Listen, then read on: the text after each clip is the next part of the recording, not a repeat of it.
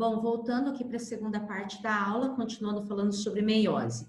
Vamos falar agora a respeito da importância clínica, né, da disjunção, que vocês já sabem o que é disjunção, que é a separação dos cromossomos durante a divisão celular. Então, essa figura aqui, olha, ela mostra uma meiose normal, olha. Tenho, né, aqui os cromossomos duplicados, porque já passaram pela intérfase. Meiose 1, olha, tá vendo que os dois pares estão unidos. Meiose 1, um par vai para uma célula e o outro par vai para outra célula. Meiose 2, o par é separado, por isso que se formam 4 células. Lembrando que essas células são diferentes por conta do crossing over. Cada uma dessas células, gametas, vamos considerar assim, após a fecundação, se une com outra gameta e estabelece novamente a condição de diploide, tá? Então, vamos supor que esse aqui é o cromossomo 1 duplicado. O par 1 se divide, ó, vamos considerar que o verde é da mãe e o azul do pai.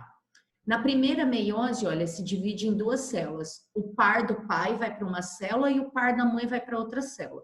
Na meiose 2, cada par é dividido. Então, essas 2 células aqui formam, então, cada uma tem 23 cromossomos de origem paterna e aqui, cada uma dessas 2 células, 23 cromossomos de origem materna.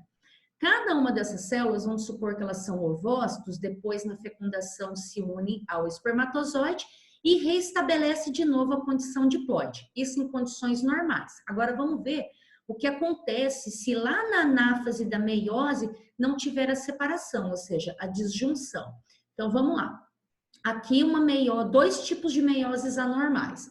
A primeira, olha, vamos comparar. Então teve a primeira meiose 1 aqui, certo? Par paterno, par materno. Só que, olha só, o par paterno, olha, divide em 2 células, cada uma com 23 cromossomos. Se essas 2 forem fecundadas, olha, o indivíduo tem o número correto de cromossomos. Agora, olha o par materno, o que aconteceu? Tá vendo que aconteceu algum problema na anáfase e o par não separou, foi junto. Qual a consequência? Uma célula tem, então, 24 cromossomos, a outra tem 22. Se essa célula que tem, então, 24 cromossomos for fecundada, lembra que o espermatozoide também carrega um espermatozoide, um cromossomo? Então, ao invés de ter um par, eu vou ter um trio. Isso significa trissomia. É assim que surge a síndrome de Down. Ao mesmo ponto, tá vendo que a outra célula tem só 22 cromossomos? Se ela for fecundada, o outro membro não vai ser um par, vai ter só um cromossomo. Isso gera uma monossomia. Outro problema aqui. Agora aqui, olha, o problema é na meiose 1. O par tem que se separar na meiose 1, não é? O par já não se separa. Então, notem que todas as células aqui decorrentes já vão com 24 cromossomos. E todas as outras células aqui 22. Então, essas células aqui que vão com um membro a mais vão gerar indivíduos trissômicos, ou seja, com um trio de cromossomos ao invés de um par. O outro grupo de células vai formar indivíduos monossômicos. Por que mono? Porque só tem um membro do par, ok? Depois na aula viva eu faço isso aqui com vocês se for necessário no quadrinho, tá? Para vocês entenderem, mas vamos dar continuidade aqui. Bom, continuando, né? Telófase 1, vocês já sabem. Condensação de novo, descondensação da cromatina, forma de novo o envoltório nuclear e a divisão citoplasmática e de membrana, tá? Entre uma meiose 1 e uma meiose 2, o tempo que separa essas 2 meioses é chamado de intercinese. Só que importante, aqui não tem duplicação de DNA, é só um período entre uma meiose e outra, tá? A segunda fase da meiose, ela é basicamente igual à mitose, olha, por quê? Prófase 1, olha, nova organização do fuso meiótico, desmontagem do envoltório nuclear. Mas vocês conseguem visualizar que aqui eu já tenho uma célula dividida. Então, olha, notem que a cromatina novamente está se condensando em cromossomo, desorganização do núcleo e montagem do fuso, preparação para a nova etapa de divisão celular. Então, aqui, olha, aqui na metáfase 2, eu tenho a condensação máxima dos cromossomos e o fuso meiótico levou esses cromossomos para o meio da célula. Para quê? Na anáfase, eu tenho agora a divisão desse conteúdo cromossômico. Então, notem, olha, que o conteúdo cromossômico já se dividiu, porque aqui aconteceu, né, a disjunção cromossômica corretamente, porque é a anáfase 2. O que acontece na telófase 2? Descondensação da cromatina, reorganização do núcleo, do nucleolo e divisão da célula. Olha, aqui eu tenho a formação das 4 células geneticamente diferentes por conta do crossing over, certo? Fechamos meiose, tá? A gametogênese, lembra que eu falei que é um processo maior de formação dos gametas, né? Então, eu tenho aqui na continuidade, né, após a meiose, na espermatogênese, o que tem características? Como a espermatogênese é do homem, eu tenho início na puberdade, né?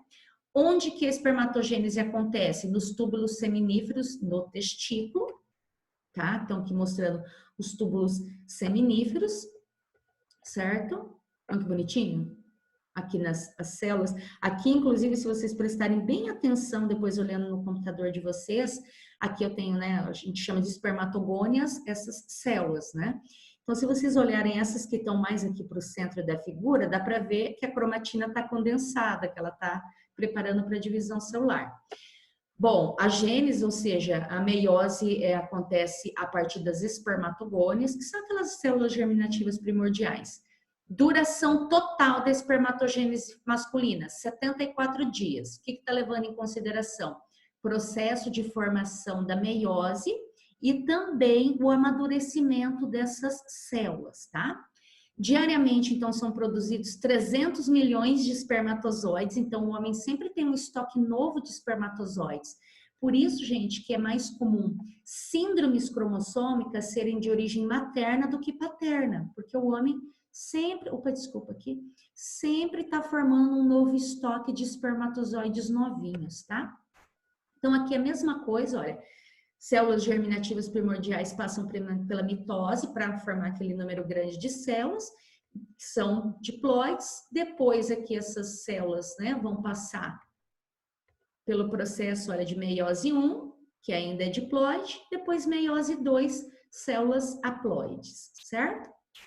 E aqui, depois de uma maturação, né, tem todo um processo aqui que eu não vou entrar, porque eu acredito que vocês viram em biologia celular, que esses espermatozoides, né, perdem o conteúdo, o volume de citoplasma, desenvolvem a cauda, né, forma-se aqui o acrossoma, que são aquelas enzimas que vão depois digerir a corona radiata do ovócito para que aconteça a fecundação, né?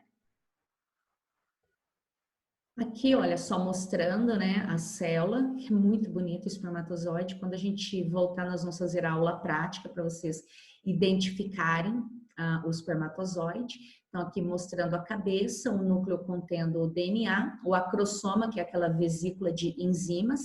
Temos aqui centríolos, né, mitocôndrias para fornecer ATP para o flagelo, nadar em direção à tuba uterina feminina, né? Os espermatozoides têm vários estágios de maturação, como vocês puderam ver, sendo que aqui mais na periferia são as células mais imaturas e conforme se aproxima do centro do testículo, são as células que já estão mais prontas para serem ejaculadas e, quem sabe, fecundar um ovócito, né? Aqui mostrando também todo o processo de formação da diferenciação do espermatozoide até ele estar maturo e pronto para fecundação, tá? Ovogênese ou ovocitogênese, que é a formação do ovócito completo, características, se inicia lá no 5º mês de gestação, ou seja, quando a menina ainda está no útero materno, tá? Para na fase de diplóteno, continua, ou na verdade, assim, reinicia na puberdade, tá? E aí, mensalmente, né, seguindo o ciclo menstrual, a gente tem o ciclo ovariano, Na menina, então, mensalmente, esse ovócito continua o processo de divisão celular, chega até metáfase 2. Só termina a meiose ovócitos que foram fecundados, os demais degeneram, tá? E notem que esse processo é extremamente longo na mulher. Então, os ovócitos maternos, eles ficam o maior tempo da vida em exposição a agentes mutágenos. Por isso que síndromes genéticas, como por exemplo síndrome de Down, geralmente tem origem materna, porque esse ovócito permanece por muito tempo exposto a agentes mutágenos, tá? A gênese é a partir das oogônias, que é a célula germinativa primordial feminina. Duração depende da etapa, como vocês viram, sendo diplóteno extremamente longo, metáfase acontece todo mês, né? No início lá da formação das células germinativas primordiais, formam-se na mulher 7 milhões de células, mas elas vão degenerando ao longo da vida, ao ponto que lá na vida adulta, né, sobram apenas 7 mil. Como a meiose feminina só vai gerar 2 ovócitos depois viáveis, o estoque feminino acaba. Por isso que a mulher entra em menopausa e o homem não, é porque significa que o estoque de oogônias na mulher acaba. Agora o homem não, ele faz diariamente, né? Então, durante o desenvolvimento da menina, ó, várias oogônias e depois folículos primários se tornam atrésicos. O que é atrésico? Eles não se desenvolvem, degeneram, tá? Então, aqui é a mesma coisa, só que só mostrando etapa por etapa, olha, início da meiose 1 na vida embrionária da mulher, no 5º mês de gestação, né, no diplóteno, para a meiose feminina, depois a cada ciclo menstrual e ovariano, 1 ovócito, 2, aí depende de mulher para mulher, mas geralmente 1 ovócito chega até a metáfase 1, e esse ovócito só passa da metáfase se ele for fecundado, tá? Então, aqui só uma outra perspectiva, né? Período germinativo aqui, preparação dos ovócitos, passa pela primeira etapa de meiose 1, né? Tem etapa de crescimento, divide, ó, notem que da primeira meiose 1 divide em 2 ovócitos. Um vai para meiose 2, o outro já degenera. E olha só que interessante, ao final da meiose 1, só um ovócito é viável. Os outros 3, eles se tornam atrésicos, ou seja, se degeneram, ao contrário do homem, que os 4 espermatozoides formados são viáveis. Na mulher, não. De 4, um só. Por isso que o estoque da mulher acaba e a mulher tem menopausa, tá? E aqui só para mostrar, né, um corte didático do ovário, mostrando aqui, olha, o folículo inicial, tá? Folículo primário, folículo secundário, e aqui bem no meinho, tá? Desse folículo, que é o que tem o ovário, desse folículo que tem o ovócito, esse ovócito maduro é o que pode ser expelido e pode ser fecundado, tá? Mesma coisa.